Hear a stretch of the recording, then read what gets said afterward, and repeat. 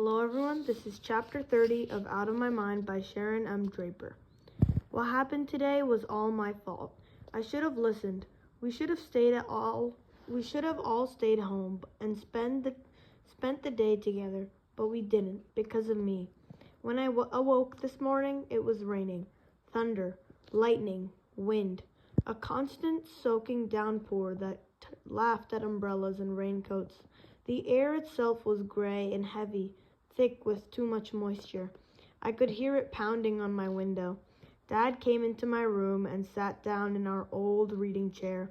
He held his wrist carefully. Mom had put his arm in a sling. "Messy day out there," he said. I nodded. "Your team got beat in one of the late rounds in D.C. last night," he told me. "They got 9th place, a little bitty trophy. But they weren't my team anymore." I tried to pretend like I didn't care. I blinked real hard and faced the wall. "I wish I could fix this for you, Melody," Dad said, quietly as he headed out of my room. That made all the tears fall for real. At first I didn't want to go to school. I'd been excused because I was supposed to be in Washington, and if I went in, I'd have to sit all day in room H5 with Willie and Maria and Freddie. It seemed pointless, but as I thought about it, I changed my mind. I felt the sorry for myself shift to mad again, and the mad me decided that I was not going to sit at home like a kicked around puppy. I was going to show up and let everybody know they didn't beat me. Mom leaned on my door just then and said, "You want to stay home today? No one will blame you." I shook my head forcefully. "No, no, no." I kicked the covers off my feet. She sighed. Okay. But the weather is ugly, and I woke up with a migraine. Plus, Penny is sick, and Butterscotch threw up on the carpet. I had to put her in the basement. She got me bathed and dressed and took me downstairs. Usually, Dad carries me up and down the steps, but with his arm out of commission, Mom just grunted, lifted me, and did it herself. She eased me into my manual chair. My electric chair and lightning storms don't mix well. Hooked me up to my old plexiglass talking board, ditto for Elvira, then sat down to catch her breath. "It looks like we're going to have one stormy day, honey," she said as she glanced at the wet mess outside the window. As she ran a brush through my hair, she whispered, I'm so sorry, my Melody. So sorry about everything." I reached up and touched her hand. The rain continued to fall. She fixed me breakfast, scrambled eggs and cream of wheat, and fed me, one spoonful at a time. She kept placing her arm against her forehead. She was unusually quiet. I wondered if she was thinking about how many times she had fed me, how many more times she'd have to do it. Wearing a floppy yellow hat and yellow duck-footed sleepers, Penny wandered into the kitchen, coughing and sneezing. Mom stopped feeding me, found a Kleenex, and wiped Penny's nose. She hated that, of course, so she screamed like she was being tortured by enemy spies. Normally, Mom makes a game of it and wipes Doodle's nose as well to make Penny tolerate it better, but I guess she didn't feel up to it this time. Then the phone rang. Mom answered, a spoon in one hand, the dirty Kleenex in the other. Hello? You what? You need me to come in? But I'm off today. I'm supposed to be in Washington. She paused. Long story. I cringed. Penny continued to howl. She ought to put Penny in the basement with the dog, I thought, frowning. Butterscotch scratched furiously at the basement door.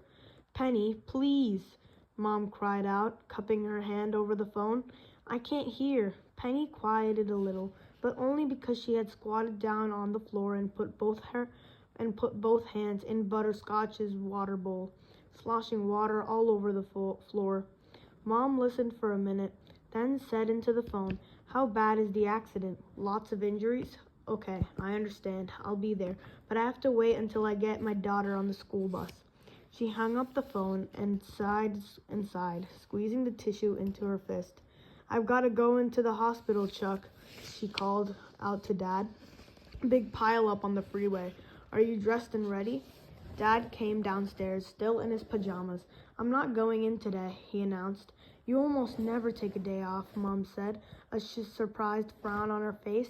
My wrist is aching, the weather is awful, and Penny has a cold, he explained. Why don't you just stay home with me today, he said to me. But no, I kicked and shrieked and insisted on going to school. Can't miss today, I pointed. Must go, must go. Mom just put her head in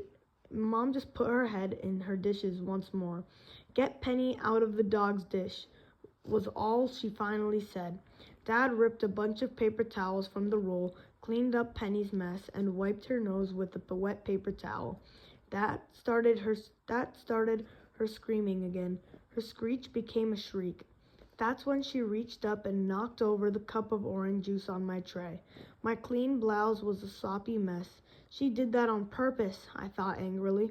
Mom simply shrugged her shoulders and yanked off my shirt in one swift motion. She told Dad, Melody is determined to show up at school. Why, I do not know, but she may as well go. I couldn't explain to them that I wanted to see Catherine. Somehow, I felt like she'd talk to me and make me feel better. She's a college kid. She would know what to say. Besides, I've got to give her that card. I've got to give her that card today. It took Mom several minutes to find a new shirt for me until she remembered all the clean clothes in my suitcase. When she rolled that red suitcase into the kitchen, I looked at her, then looked away. I refused to cry anymore. For some reason, the bus came early that morning. I'd just gotten my clean shirt on. My book bag still needed to be packed with my lunch and Catherine's card, and I had to go to the bathroom. Even over the noise of all the rain and thunder, the honk of the bus horn blared clearly. It always sounds like a goose in pain. I heard Dad open the front door to wave the driver on. He yelled, "Don't wait, Gus. She's not ready." The driver, a sandy-haired guy who's been on this route for a couple of years, beeped once more, then rumbled on. Gus is really cool and often waits a few minutes as parents hustle to get their children out of their houses. It just takes us longer sometimes to get it together in the morning. Melody, baby, why don't you just stay home with Daddy and Penny today? Please? Please? Mom asked as he lifted me off the toilet. It's such an icky day. I kicked and cried out again, shaking my head. No, no, no. I don't know why it was so important, but I knew I had to show up. Maybe I wanted to let everybody know what the team had done to me. I wasn't really sure. I only knew I had to go.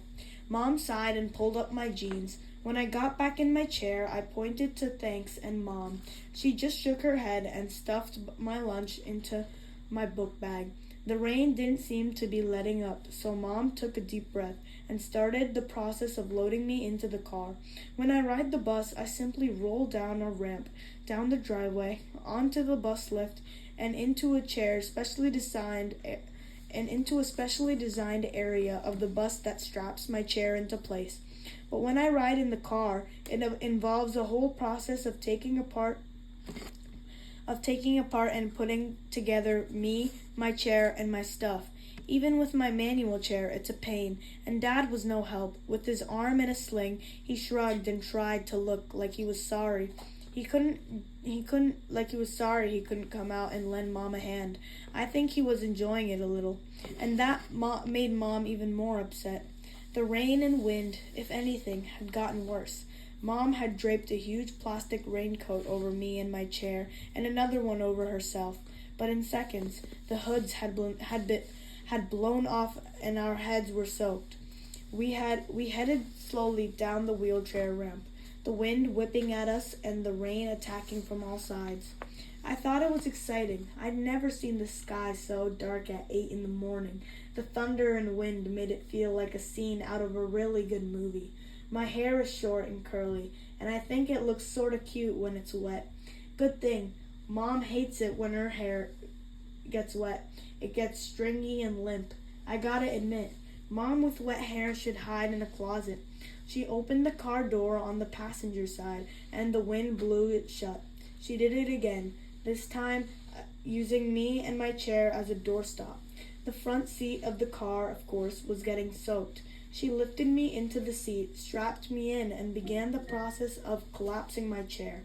Fortunately, most of its plastic and leather metal. Fortunately, most of it is plastic and leather and metal, but I knew it would stay damp all day, even if somebody wiped it off real good when I got to school. Mom placed my chair along with my old communication board Mom placed my chair along with my old communication board into the back of the SUV. When she shut the trunk, she slammed it hard. The rain continued to fall. By the time she scooted into the driver's seat, she was a dripping mess and in a terrible mood. "I wish I could go back to bed," she said grumpily, as she put the key into ignition. "My head is killing me. Why did I agree to go to work? I'm supposed to be off today with you in Washington." She sighed heavily. I kicked my legs in response, but only a little. I didn't want to upset her even more. That's when I glanced down and noticed she'd forgotten my book bag. Catherine's card. I reached over, grabbed Mom's arm, and pointed to my feet. "What?" she said, irritation in her voice. I kicked, I pointed, I grunted. Then I pointed to the house. Dad, who had changed into thick gray sweats, was standing there at the front door, grinning, my denim book bag in his right hand. I could see Penny, still in her little yellow duck pajamas and now a yellow rain hat, standing behind him. She had Doodle and Mom's red umbrella in her hands. Lightning crackled, thunder followed. The rain poured. I watched Mom's hands tighten on the steering wheel. She made a noise that sounded like something I would say, almost a growl. Arr! She flung open the car door, stomped back out into the storm, up the ramp, and then she snatched the book bag from Dad. She was sopping by the time she got back in the car. Dad waved his bandaged arm from the porch one last time, then turned and went back into the dryness of the house. I watched as the front door almost closed. That's when I saw a small bundle of yellow, dragging a red umbrella, dart out of the house. I saw her for only a second, but I saw. I screamed, I kicked, I flailed my arms. The windows were almost completely fogged up, and they got even worse as I continued to act like I'd been possessed by demons. My Mom looked at me as if I had lost my mind. She screamed at me, "Stop it! Are you crazy?" But I wouldn't stop. I couldn't. I banged on the car window. I pulled Mom's shirt, hit her head. I pinched her, or at least I tried to. "I can't take any more, Melody," Mom screamed over the thunder. "I hate it when you get like this. You've got to learn to control yourself. Now quit." She put her hands on the keys, started to start the car. I screamed, reached over, and tried to pull the keys from her. I scratched the back of Mom's hand. She smacked me on the leg. She'd never raised a hand to me before. Never. I still didn't stop screaming and kicking and jerking. I had to tell her. I had to tell her that Penny was out there. Never had I wanted words more. I was going out of my mind. "I'm taking you to school, and I hope they keep you," Mom mumbled under her breath. Angrily, she turned on the car. A rush of air started to clear the windows. The windshield wipers rocked at their fastest speed. I cried, huge sobbing tears. I grabbed at Mom's arms once more, but all she did was shake my arm away. I could tell she felt like hitting me again, but she didn't. Her lips were tight. She looked out the rearview mirror. She put the car into reverse. I shrieked. I screeched. I yelled. The rain poured. The thunder roared. Slowly, the big car rolled backward. I felt the soft thud. I became deadly silent. Mom stopped, turning her head slowly to the left.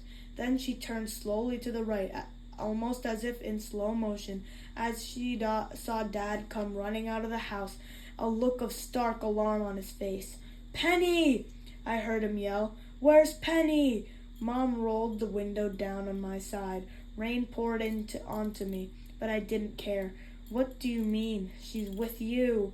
Mom's voice was low, but sounded frantic and very scared. She got out of the car. She looked down. She screamed for a minute, for a long, long time.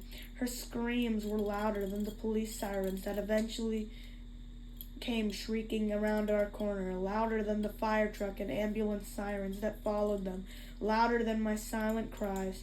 I sat there for what seemed like hours, basically forgotten, strapped in the front seat of the car as the rain poured in my open window. I ached with fear. Okay, guys, so that is it for chapter number 30 of Out of My Mind by Sharon M Draper. I'll be back later for chapter number 31.